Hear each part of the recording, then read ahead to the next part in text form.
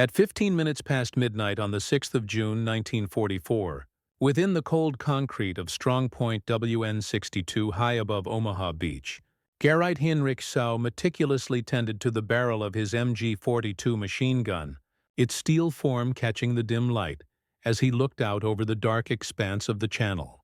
Tucked away in his pocket, a letter from his beloved in Metzingan rested against him, her words a solemn vow to await his return until the inevitable victorious conclusion of the war. The invasion will be their grave. We will throw them back into the sea within hours, he had penned to her with unshakable certainty only 3 days before, his confidence bolstered after Feld-Marshal Rommel himself had surveyed their defenses. The Desert Fox had peered through Sau's very gun aperture, meticulously examining the interlocking arcs of fire before giving a nod of profound satisfaction. "When they come," Rommel had declared, his voice resonating with authority, "this beach will be their cemetery." Through the narrow embrasure, Sau's eyes met nothing but the tranquil blackness blanketing the channel, the night possessing a calm that was almost serene. In a mere 12 hours, this same young soldier would be discovered in his bunker, weeping with an abandon he could not control, a sea of 13,500 spent shell casings surrounding him, the barrel of his weapon grotesquely warped from ceaseless firing, as he stared at an invasion force of such impossible magnitude that his consciousness simply refused to accept the reality his eyes were witnessing. Although Seau would later assert that he had personally inflicted between 1,000 and 2,000 casualties, military historians deem this claim unfeasible, considering the total American casualties from all sources at Omaha Beach numbered approximately 2,400. The stark arithmetic of Germany's defeat was about to be inscribed not in the dry language of strategic analyses or intelligence summaries, but in the shell-shocked accounts of soldiers who would behold the greatest amphibious assault in human history from the terrifying perspective of the wrong side of the gun sight.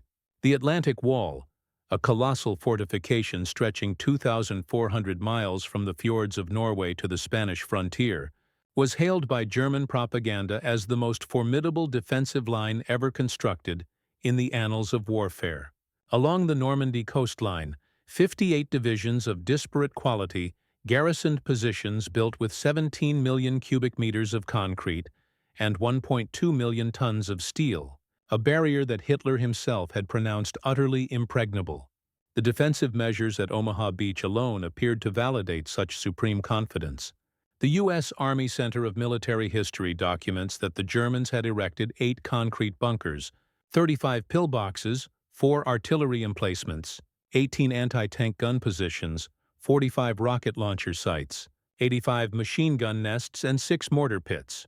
The very sands of the beach had been methodically transformed into a lethal killing zone, where 3,700 obstacles, including Belgian gates, Czech hedgehogs, and timber stakes, many gruesomely armed with teller mines, were embedded in the tidal flats. Behind this deadly shoreline, a staggering 6.5 million mines had been sown, though Rommel had desired a mind-boggling 60 million. Colonel Ernst Goth, commander of the 916th Grenadier Regiment near Bayeux, had meticulously calculated the defensive firepower available in his sector, concluding that his 4 batteries could theoretically blanket the landing zones with 120 rounds per minute. When combined with other batteries, this meant the Germans could unleash a concentrated storm of fire on any amphibious attempt. These calculations, however, were built upon the critical assumption of limitless ammunition, an assumption that would soon unravel as a fatal and catastrophic flaw. The 5th of June had ushered in weather so foul that Luftwaffe meteorologist Walter Stube, stationed in Paris, had declared it impossible for any invasion to proceed. Winds howled at 20 to 25 knots, waves surged to heights of 6 feet, and a low, oppressive cloud ceiling hung at just 500 feet. Stube, relying on data from U-boats and weather stations, had confidently informed the High Command that these prohibitive conditions would persist for a minimum of 2 weeks. Acting on this forecast, a significant number of senior officers had deserted their posts. Rommel himself had departed for Germany on June 5th to celebrate his wife's birthday, carrying a pair of gray suede shoes he had just bought in Paris. General Friedrich Dollmann, leading the 7th Army, had commanded his division commanders to convene for war games in Rennes. Even the routine naval patrols that scoured the channel were called off because of the tumultuous seas. This misplaced meteorological certainty would become the first in a cascade of German miscalculations. Unbeknownst to Stuba, the Allies were benefiting from weather. Stations in Greenland and reconnaissance flights over the Atlantic which had identified a fleeting respite in the storm, a 36-hour window of opportunity that Group Captain James Stagg had pinpointed and Eisenhower had audaciously seized.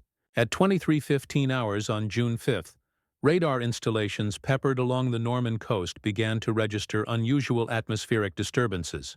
Freya and Würzburg radar systems detected immense aerial formations converging from the north. The operators, however, having witnessed this pattern before, dismissed it as yet another of the Allies' elaborate deception raids intended to keep German forces perpetually on edge. Yet by 0:30 hours on June 6th, a torrent of reports began to pour in, shattering every preconceived notion. Fallschirmjäger paratroopers were descending all across Normandy. The reports, however, were a chaotic jumble of contradictions, making no tactical sense. Some units reported airborne troops to the east, others to the west. Some identified them as British, others as American. The confusion was deliberately amplified by dummy paratroopers rigged with firecrackers, part of Operations Titanic and Rupert, which further clouded the picture. Major Hans von Luck, at the helm of the 125th Panzer Grenadier Regiment of the 21st Panzer Division, was among the first to perceive the true gravity of the unfolding events. Roused from sleep by accounts of paratroopers landing near his positions, he urgently requested permission to launch an attack. The reply from his division headquarters was a paralyzing edict. Do not move until the situation clarifies. Von Luck would later capture his profound frustration in his memoir, Panzer Commander. I knew at that moment we were lost. The paratroopers were clearly marking flanks for a landing. Every minute we waited gave them time to consolidate. Yet we sat paralyzed by our own command structure. By 05:30 hours on June 6th, as the initial faint gray light of dawn began to spill across the channel, German observers in forward position started to report a spectacle for which their training had offered no preparation. Werner Pluskat, whose actual presence at the coast is a matter of debate among some historians, including Heinrich Seau himself, was credited in certain narratives as being one of the first to witness and report the approaching armada. What remains indisputable is that across the Normandy coast, German lookouts beheld a sea that was, from one horizon to the other, utterly covered with vessels, not dozens, not hundreds, but thousands upon thousands. Ships of every conceivable size and function, from colossal battleships to diminutive landing craft, stretched across the channel like a vast, gray, living carpet. The invasion fleet, according to official Allied documentation, numbered an incredible 6,939 vessels, 1,013 warships, 4,126 landing craft, 736 ancillary ships, and 864 merchant ships. It was, without hyperbole, the largest naval armada ever gathered in the entirety of human history. For the German defenders, weaned on a diet of propaganda proclaiming Allied weakness and disunity, the sight was a psychologically shattering blow. Bernhard Furking, an artillery officer at WN62, who would meet his end later that day, is said to have told his men that they were seeing the entire world sailing to their doorstep. At 05:35 hours, the naval bombardment began. Nothing in the German defenders' collective experience, not the brutal Eastern Front, not the most intense RAF bombing raids, had readied them for the onslaught that followed. The battleship USS Texas, as per Naval History and Heritage Command records, single-handedly unleashed 255 14-inch shells onto Pointe du Hoc in a span of just 34 minutes. HMS Warspite, the first vessel to open fire on D-Day at approximately 05 hours, would hurl over 300 15-inch shells in the initial 2 days, a barrage that included 96 rounds fired at German positions on June 9th alone. The cumulative firepower from the naval force was a cataclysm that surpassed anything the Wehrmacht had ever faced. According to German veterans' testimonies compiled by the German Federal Archives, concrete bunkers engineered to endure any imaginable bombardment began to crack and splinter under the relentless naval shelling. Men were buried alive, frantically dug out by their comrades, only to be buried again as the shells continued their ceaseless, earth-shattering rain. The psychological toll was as profound as the physical devastation. These fortifications, in which they had invested absolute faith, were crumbling before their eyes like castles made of sand. As the naval storm raged, the Luftwaffe's response exposed the true desperation of the German strategic situation. Oberst Josef Pips Priller, commanding Jagdgeschwader 26, received an order to attack the invasion fleet with his entire force. His incredulous reply, captured in the Wing's war diary, was stark. "What entire force? I have 2 planes." The Luftwaffe, which had boldly promised absolute air supremacy over any invasion attempt, could only manage a paltry 319 sorties on D-Day, a pathetic showing against the Allies' overwhelming 14,674 sorties. According to U.S. Navy Office of Naval Intelligence records, Priller and his wingman, Unteroffizier Heinz Wodarczyk, executed the Seau Luftwaffe attack on the landing beaches during the morning of June 6, making a single strafing pass over Sword Beach in their FW-190A-8 fighters before hastily retreating from the suffocating presence of Allied fighter cover. This solitary strafing run, conducted by just 2 aircraft against an invasion force of thousands, became an enduring symbol of German aerial impotence. The promised knights of the air, who were supposed to darken the skies over any invasion, had been reduced to a single, futile gesture. At 06:30 hours, the first assault waves crashed onto the beaches. German defenders, having weathered the horrific bombardment, tenaciously manned their positions and unleashed a torrent of fire. What ensued was a level of carnage that staggered even the most hardened veterans of the Eastern Front. Heinrich Seau, the machine gunner at WN62, commenced firing at 06:35 hours. His position, one of the few that had escaped significant damage from the naval guns, offered perfect unobstructed fields of fire across the expanse of Omaha Beach. In his 2005 memoir, WN62, Erinnerungen an Omaha Beach, he recounted firing 13,500 rounds over a 9-hour period.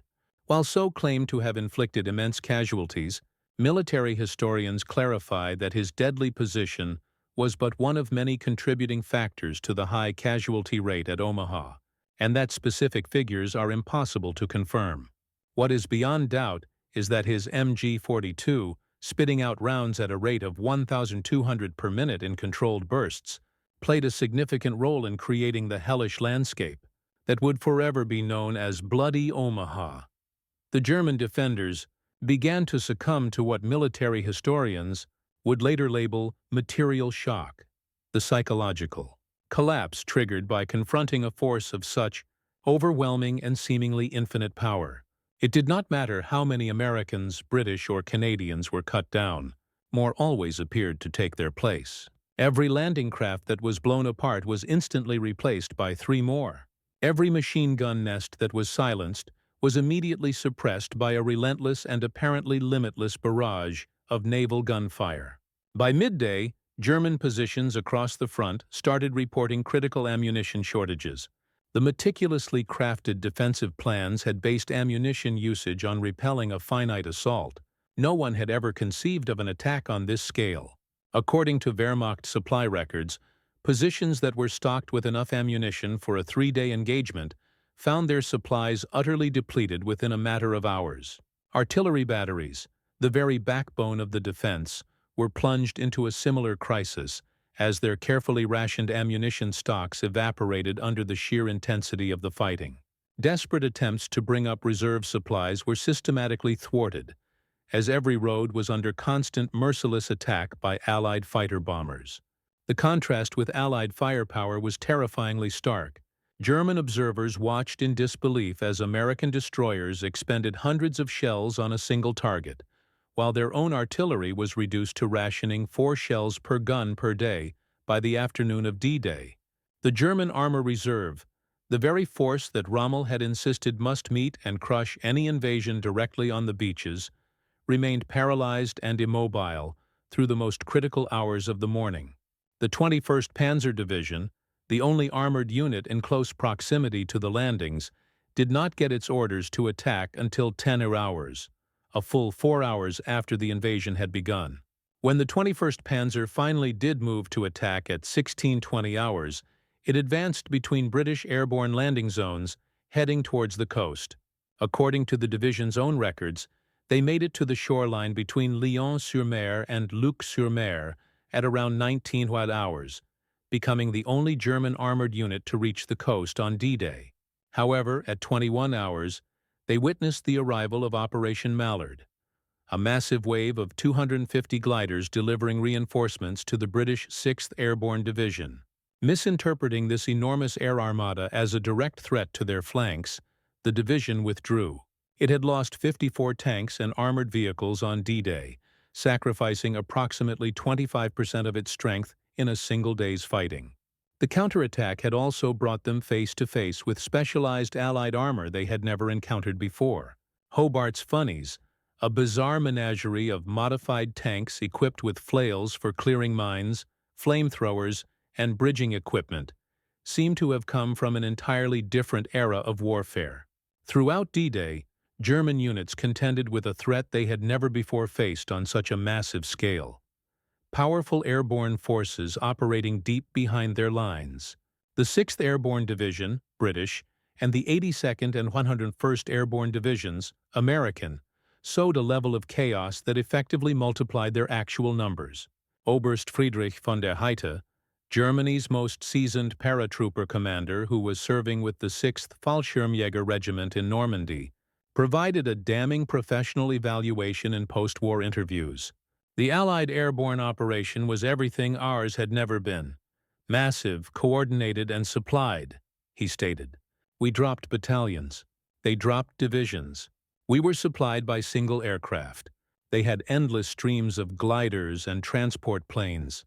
The profound psychological impact of paratroopers materializing everywhere paralyzed German responses. Units were terrified to move for fear of ambush, while others wasted ammunition firing at shadows, sometimes tragically at their own comrades. The confusion compounded Germany's problems exponentially. As D-Day wore on, German command and control structures began to completely disintegrate.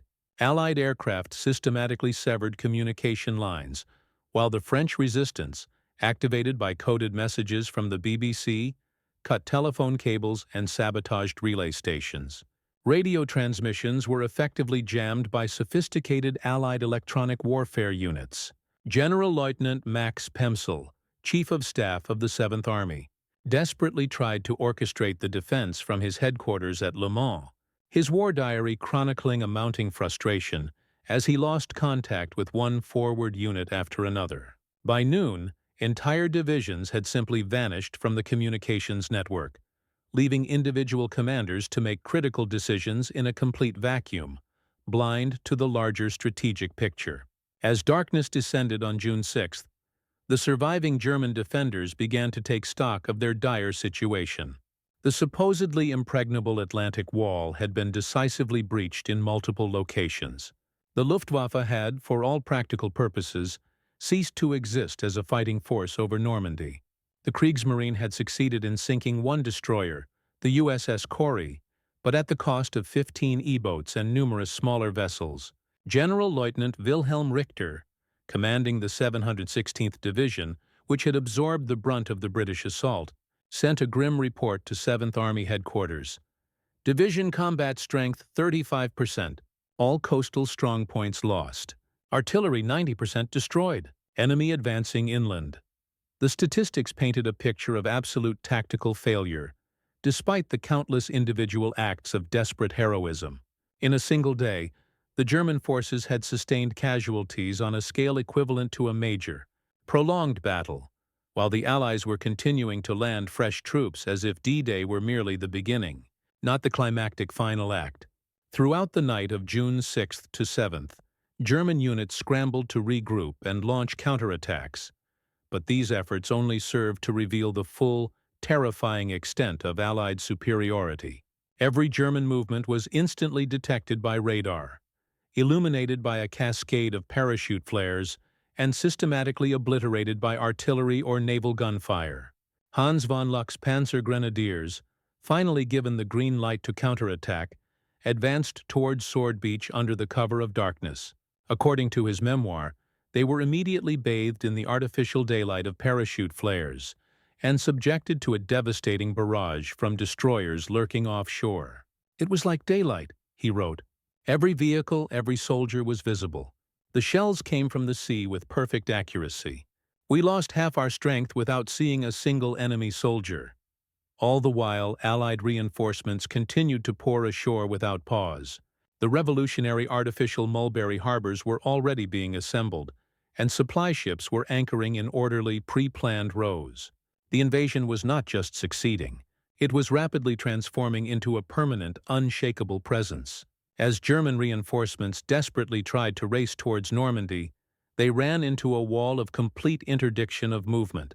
Every road, railway, and bridge was under relentless attack. According to Wehrmacht transportation records, units that were supposed to reach the front in a single day took as long as 2 weeks to arrive. The 2nd SS Panzer Division, Das Reich, stationed near Toulouse, embarked on a 17-day journey to Normandy that should have taken only 3. They arrived having lost 30% of their vehicles to air attacks, without having fired a single shot at enemy ground forces. The psychological effect was utterly devastating. If they could not even reach the battlefield in one piece, how could they possibly hope to influence its outcome? Meanwhile, Allied logistics operated with a stunning, almost surreal efficiency. LSTs, landing ship, tank, disgorged entire armored regiments in a matter of hours. Within days of the landing, the Allies were unloading 15,000 tons of supplies daily, a volume greater than what the entire German army in Normandy consumed in a week. By June 12th, German forces in Normandy were teetering on the brink of psychological collapse. They had suffered 26,000 men killed, wounded, or missing, roughly the equivalent of 2 full divisions, and replacements were arriving in a mere trickle. In stark contrast, Allied strength swelled with each passing hour. The fall of Carentan on June 12th forged a crucial link between the Utah and Omaha beachheads. The German paratroopers of the 6th Fallschirmjäger Regiment, elite soldiers who had never known retreat, withdrew in complete disarray.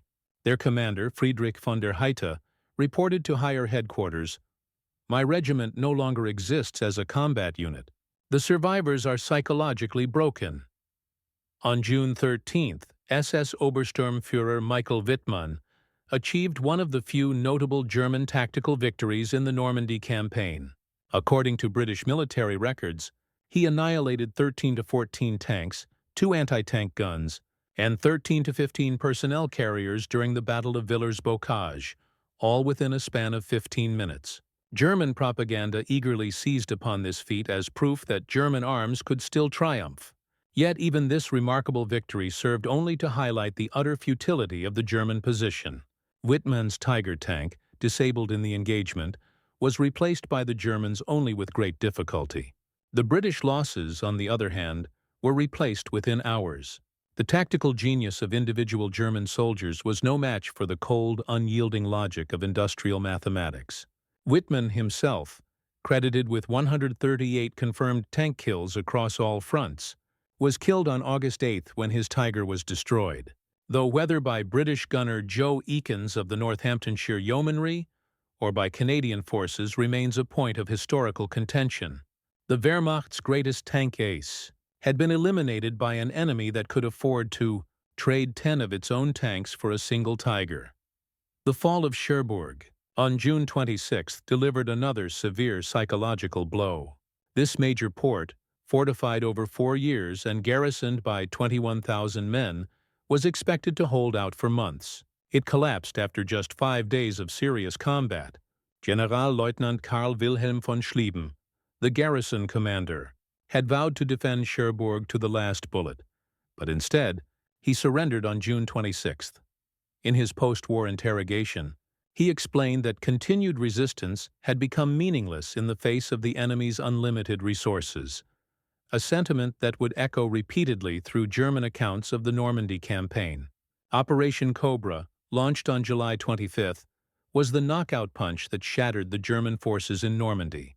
According to official U.S. Army Air Force's records, the preparatory bombardment involved 1,503 heavy bombers, 380 medium bombers, and 550 fighter bombers, which dropped over 4,100 tons of bombs on a concentrated area just 7,000 yards wide and 2,500 yards deep. General Lieutenant Fritz Bayerlein, commanding the Panzer Lehr Division, sent a frantic report to Army Group B. "My division is annihilated. The psychological effect on the survivors is indescribable. They are no longer soldiers, but broken men."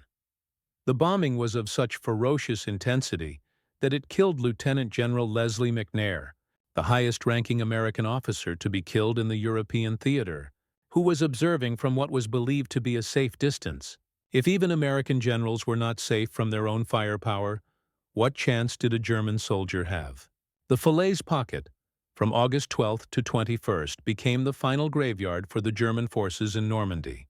Allied intelligence reports, later confirmed by post-war German records, indicate that approximately 10,000 Germans perished in the pocket, and another 50,000 were captured.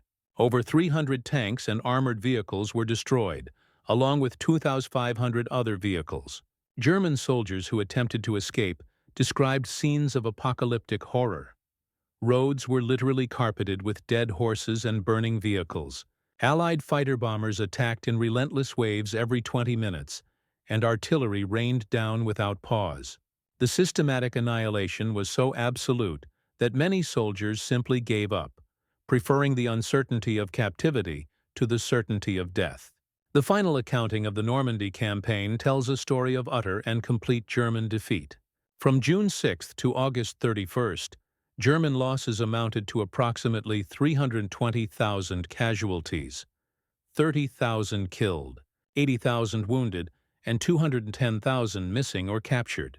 They lost 2,300 tanks, virtually all the armor they possessed in France, and 2,127 aircraft. Allied losses, by comparison, were 209,672 casualties, with replacements consistently exceeding daily losses. They lost approximately 4,000 tanks, which were replaced within weeks, and 4,101 aircraft, from a force that numbered over 13,000. This staggering disparity laid bare the fundamental truth of the conflict. Germany was caught in a war of attrition it could never hope to win against an adversary with virtually inexhaustible reserves. Professional German military officers provided the most sober and objective assessments of the catastrophe. General der Panzertruppe Heinrich Seau, who took command in Normandy after Rommel was wounded, reported to the OKW on August 1st. "The enemy's material superiority is at least 20-1 in artillery, 10-1 in tanks, and absolute in aircraft. He can replace all losses within days. We cannot replace anything." General Hans Speidel, Rommel's chief of staff, wrote in his 1949 memoir, "Normandy proved that courage alone could not overcome industrial supremacy. We faced an enemy who had mechanized not just warfare, but victory itself." General Feldmarschall Erwin Rommel left behind the most powerful testament to the Normandy experience. In his final report to Hitler on July 15th, just 2 days before he was severely wounded by Allied aircraft, he wrote, "The troops are fighting heroically everywhere, but the unequal struggle is nearing its end. The enemy's overwhelming superiority in men and material is beginning to tell. I must beg you to draw the necessary conclusions without delay." This was stark military language for complete and irreversible defeat. Rommel, Germany's most celebrated commander, was telling Hitler that the war was lost. The Normandy campaign revealed that the Second World War had fundamentally become a war of production. German soldiers witnessed an exhibition of American industrial capacity that defied their comprehension. Ford's Willow Run plant on its own produced one B-24 bomber every 63 minutes at its peak. American factories churned out an incredible 96,000 aircraft in 1944 alone. The ammunition expended by the Allies in a single day often exceeded what Germany could produce in a month. A single American division consumed more supplies daily than an entire German corps. Hans von Luck, reflecting on Normandy in his memoir, wrote, "We learned that modern war was not about tactics or courage, but about production.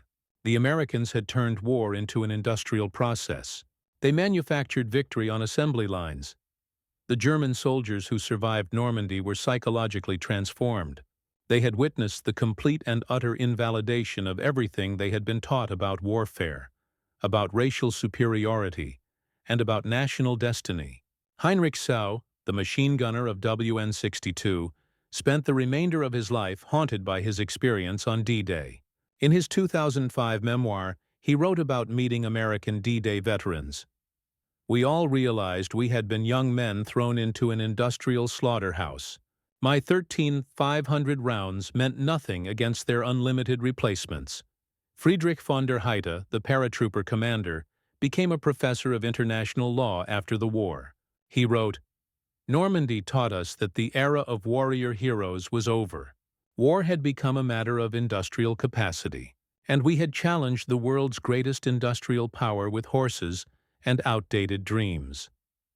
D-Day, from the German perspective, was not simply a military defeat. It was a comprehensive ideological and psychological collapse. Soldiers who had conquered the majority of Europe discovered that everything they believed about their enemies, their cause, and their own capabilities was catastrophically and fundamentally wrong. They had braced themselves to face weak, divided democracies. Instead, they encountered an alliance that had transformed war into an industrial process of overwhelming, terrifying efficiency. They witnessed democracy's arsenal in full, furious action. A ceaseless tide of ships, planes, tanks, and supplies flowing from factories whose productive capacity was beyond German comprehension. The German defenders of Normandy learned that modern war is won not on battlefields, but in factories, not by the bravest soldiers, but by the most productive societies.